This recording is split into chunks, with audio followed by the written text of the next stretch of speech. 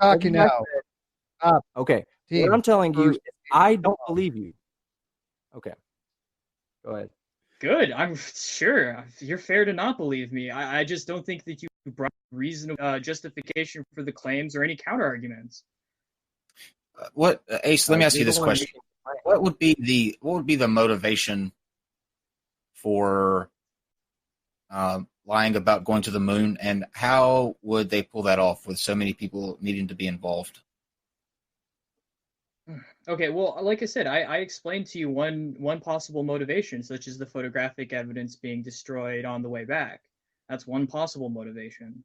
I mean, the number of people watching, I mean, that's a totally separate question. I don't know how that's relevant to the evidence. No, not the number of provided. people watching. The number of people that would need to be involved with a massive cover-up like this. Sure, I agree that there would be a variety of people that would need to be involved, but I just don't understand how that addresses the evidence I've brought. I mean, are you going to just address the evidence, or are you just going to wipe it under the carpet and just pretend it's not there and try to go on to the next piece of evidence that you can just wipe it under the carpet again? Hold on. You keep saying that, and don't get me wrong. I think that I think you're a nice guy, so I'm trying to be as patient as I can, but my patience is becoming more and more skewed.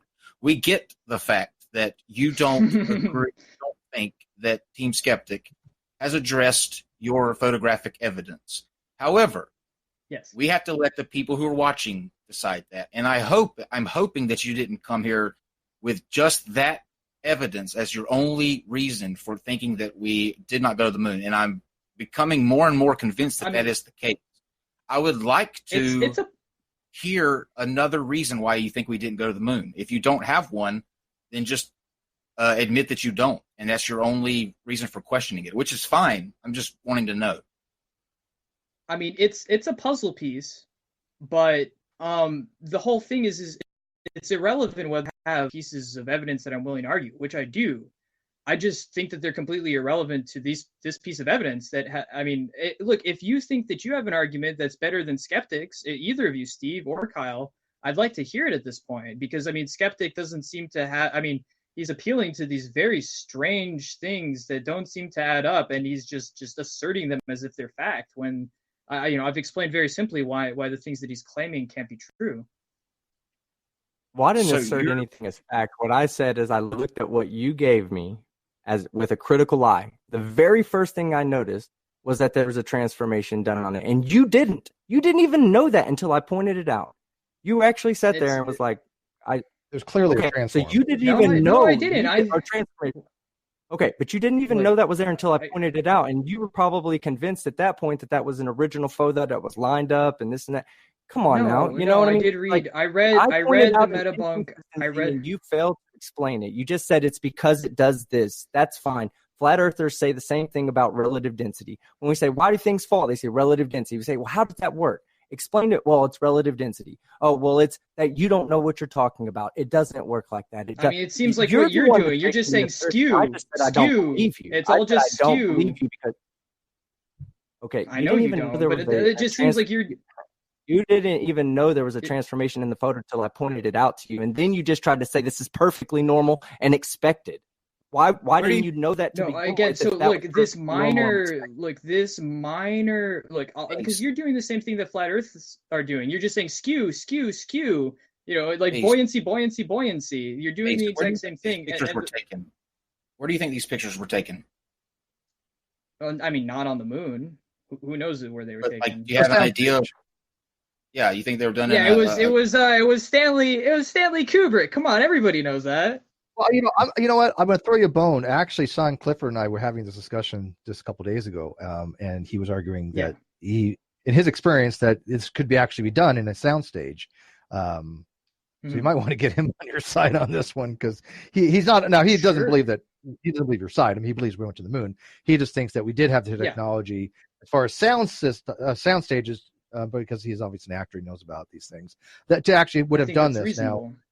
Now, I think it might be reasonable. I explained to him that there are other extenuating factors, such as the fact that we were getting telemetry data from space. Russia was getting it as well, and we were not exactly friends with them. time. We're still not.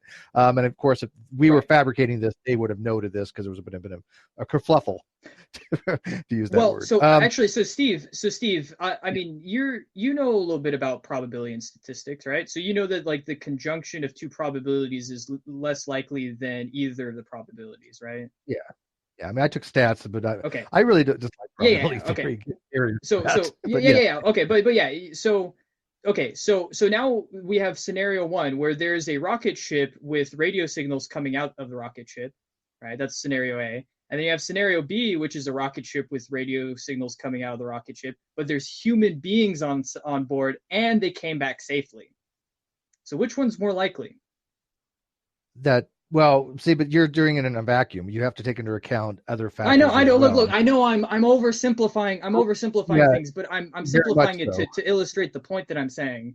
I'm simplifying it to illustrate the point that, okay, so sure, yeah, they had these radio signals coming from this rocket. I mean, that's no proof that there were people in the rocket. That's just proof that there were radio signals coming from it, right?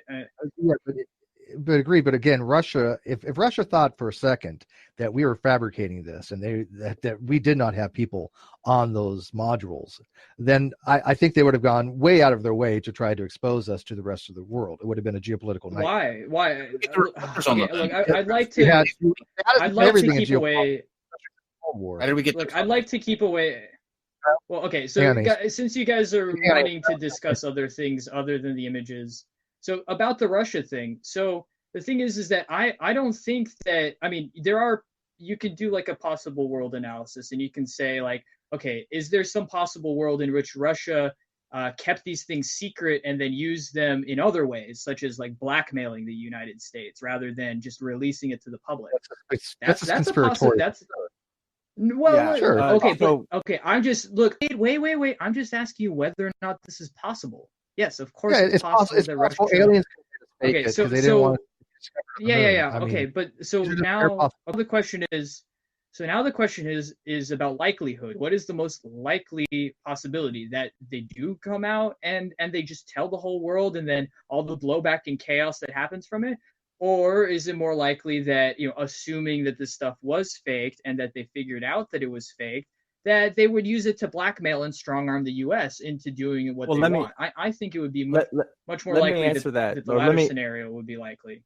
Let me give you a governmental answer to that, because me and Steve both we were both in the military.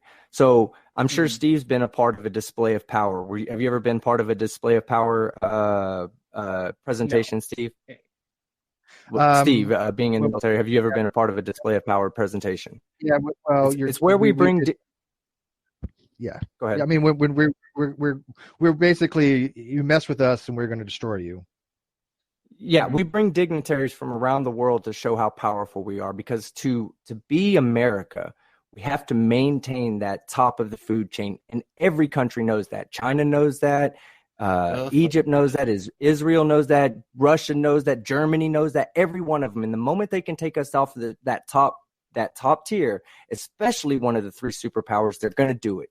And if the moon landing was fake, that's the greatest achievement in mankind to this day, still considered. If they could take that away from us, they would do it in a heartbeat, because it would immediately make us look like fucking fools. And this is why so many assumptions.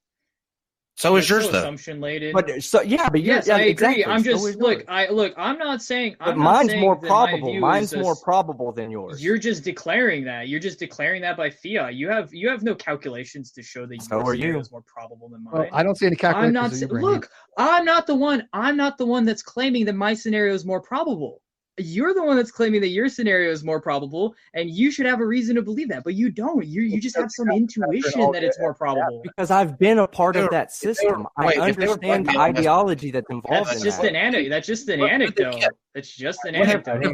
What have we capitulated to Russia about in that time since we've been to the moon? What have we capitulated to Russia with? What could they have been blackmailing us for? I mean, look, like I said, I really would rather not go into this. This is all conjecture. This is all speculation. This has to do with material facts. And this is why I was wanting to have this discussion based around material facts, evidence that is on the official NASA website. Fair enough. And we could talk about this. We could talk about this till the pigs come home. Fair enough. Here's the material fact. There are places on the moon that we're able to send beams up to that reflect off of. How did they get there? Probes. I mean, do you really need I mean, the Russians did it before us. These retroreflectors, the corner reflectors, the Russians put them on the moon before we did. We have reached the moon, but in some capacity. Yeah, I made that very clear in my opening statement that Mercury, Gemini, low Earth orbit, ISS. Yeah, I mean, I'm not putting a question mark on any of that stuff. On the moon at any time. You think a human has been on the moon at any point?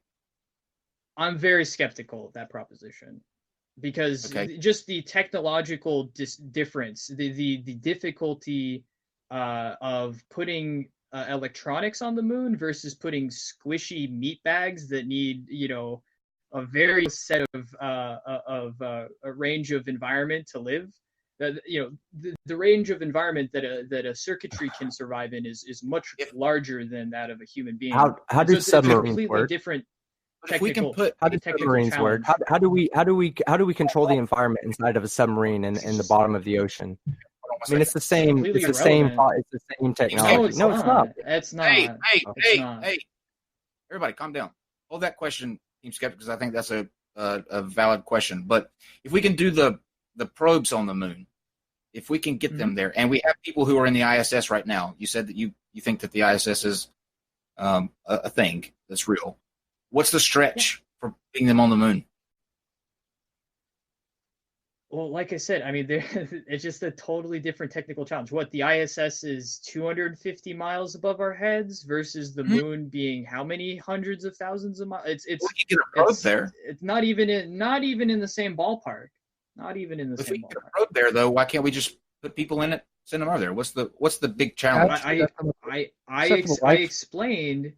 I explained that the required environment, the kind of parameters that are life sustaining for humans are so narrow compared to the we have people environmental on the ISS. parameters for there's people in space already. Environmental parameters. So I don't see because we have people in low Earth, just because we have people in low Earth orbit, therefore we went to the moon. That what kind of logic is that? What's different is the moon. Landing like the moon's environment from being in low Earth orbit. You're already in space. What's so volatile on the moon? I know. Why is that look, I'm talking about the danger profile and the risk profile is significantly different between the ISS and the moon. What's the risk? Well, I mean, being outside of the protective magnetic field of the Earth is one of them. That's just one. Well, that's not an issue. No, that's a non-issue, dude. We time distance and shielding. We can you really think that linen and mylar provide enough protection? Well, there are also some metal components, but I mean, you got to realize that the ionization. No, I'm talking about the Apollo. I'm talking about the Apollo suits they were made of alternating layers of linen and mylar. Yeah, and what was their exposure time? Again, what was their exposure time? And some of the EVAs were well over an hour. Got more exposure working around a nuclear reactor than they probably got. You know how much exposure you get traveling at 30,000 feet? Let Team Skeptic ask. I don't know. That's Team Skeptic in an airplane. I mean, it's about the same, probably. Team Skeptic. Yeah. So my original question was, you claim that it's hard to maintain the atmosphere inside of it would be hard for them to maintain the atmosphere inside of the lunar lander and the spacesuits to get to the moon. No. You just said that. You said humans live in a very controlled environment and it'd be hard for them to maintain that environment. Oh my God. Okay, fine. We'll be pedantic about it for you. Okay, so they can do this on a submarine. These are different words. They totally mean different things. Please be quiet. Please be quiet for a moment. Okay. You said it's a completely different environment on the sub, which is completely wrong. But we'll go ahead and give that one to you, and we'll say, how can they do it for the people on the ISS? I didn't say that either. How can they do it for the people on the ISS? How is it a problem to maintain the environment for humans to live on a lander that goes to the moon, but it's not that hard for up at the ISS. No big deal. Okay. So again, you mistook what I said. The environment in a submarine is similar to the environment on the ISS. So that's not what I said. I mean, what I said was that comparing a